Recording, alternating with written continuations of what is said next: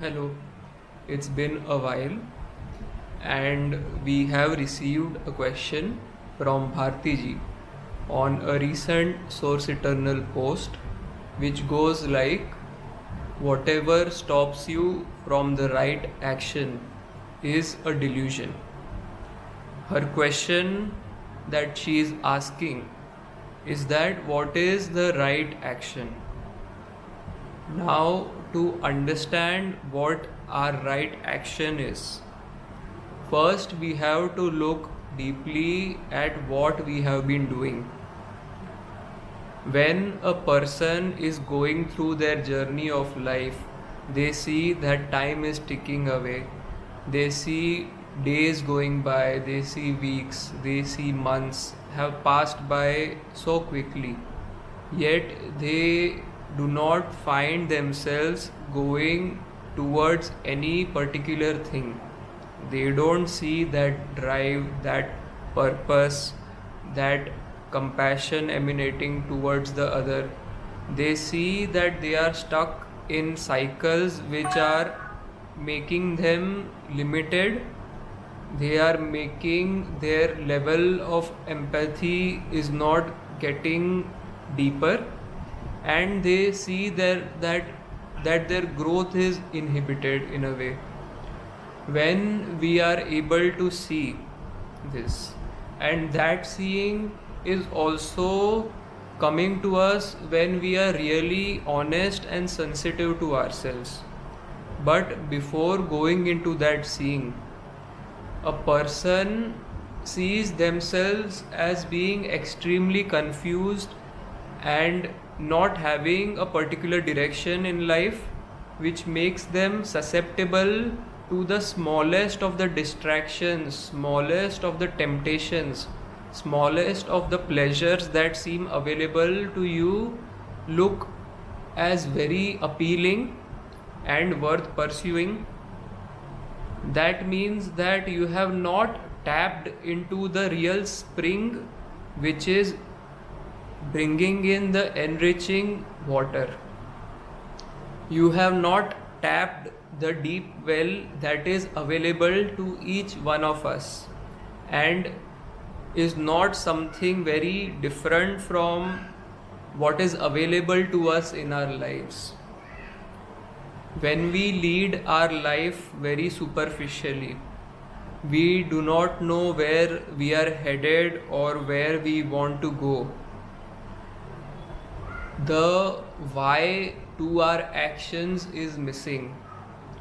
We find ourselves trapped in such cycles very frequently. And in this state where we are very vulnerable, anything or any person intending to influence you is able to do so very easily.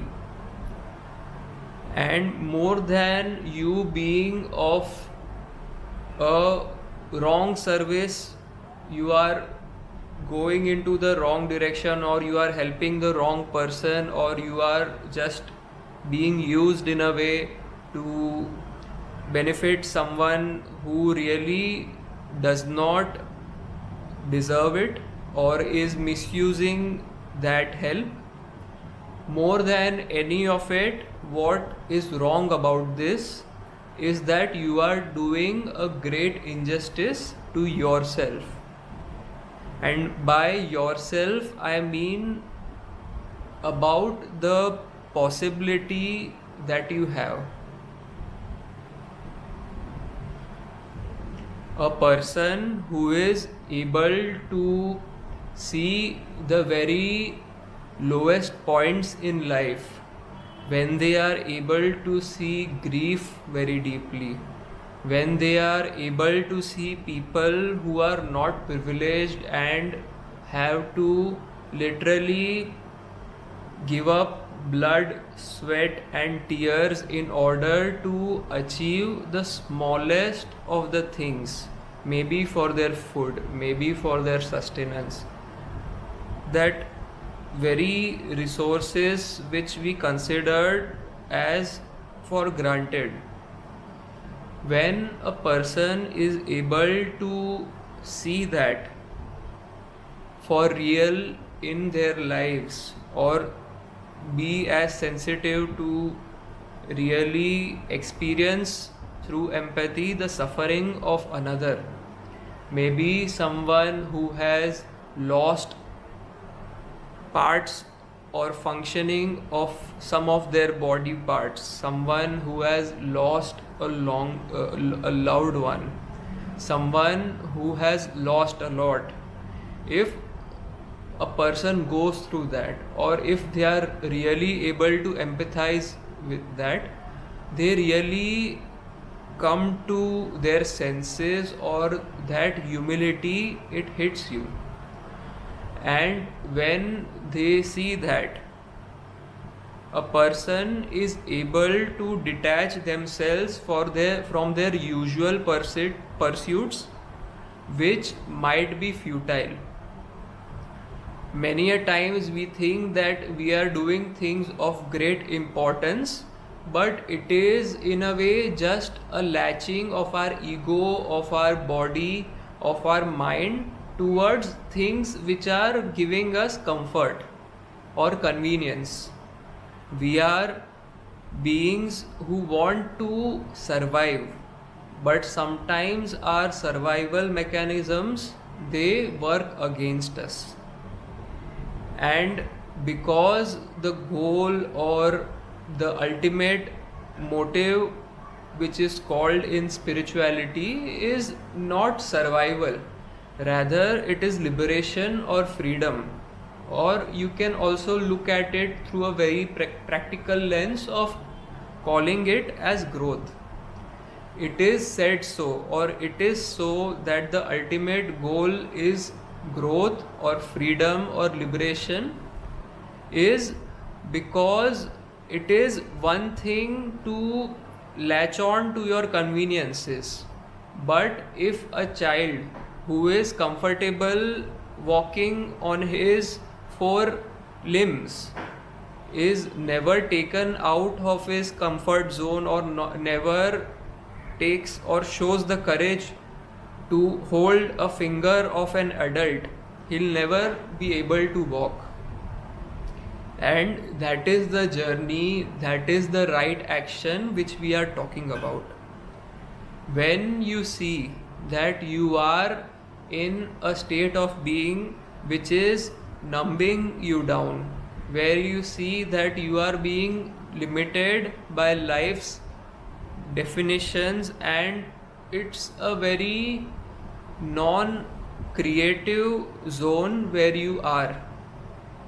When you see that every passing day brings more and more turmoil into your head, it does not bring out that compassion, that work ethic, it does not bring out anything which is enriching to you, then you should understand that the time has come to maybe take the leap towards something which will challenge you.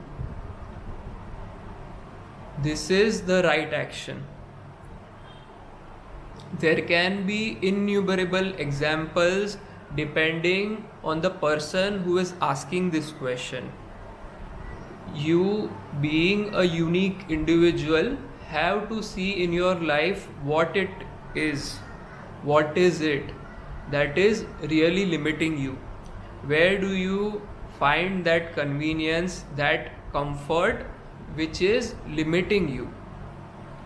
And what are the avenues that you could explore so that this comfort, which is temporary or it is numbing you down, can be left behind for something which will enrich you in real? Like we say that it is a fool who tries to remove water from sand, rather, or the rocks, but a real person who is actually thirsty will try to dig up the well before that thirst becomes a very compulsive thing where you don't anymore have the strength to dig one. So time is of essence, as we have talked in the very initial part, and devoting love towards yourself by giving respect to your constraints, by reminding yourself what you are limited by. Because in Adhyatma or spirituality, it is often said that a person or man is nothing but a atript chetana, which means we are beings who are unsatisfied, and we try to, through any addictions, through any of the pleasures that we seek, try to forget about our predicament. But what we end up doing through this, through the comforts, through just being in a state of continuous paralysis where you are going through the motions, like you whenever there is a dread arising in you, you just try to forget it, or you see that you are doing a work which is not benefiting you, it is not benefiting the society, and still you do it. But in the weekend maybe you have some kind of a pain reliever, you have some kind of a numbing thing, which our addictions and pleasures usually are. So that is the cycle which we are referring to, and it is what has to be avoided, and the right action will take you above this cycle. There are many ways to come out of your predicament. It is just about showing the courage, having that composure, building that mental or physical strength in order to come out of it. And that's what intelligent living is. That is what all of spirituality, Adhyatma really is. I hope that clears it.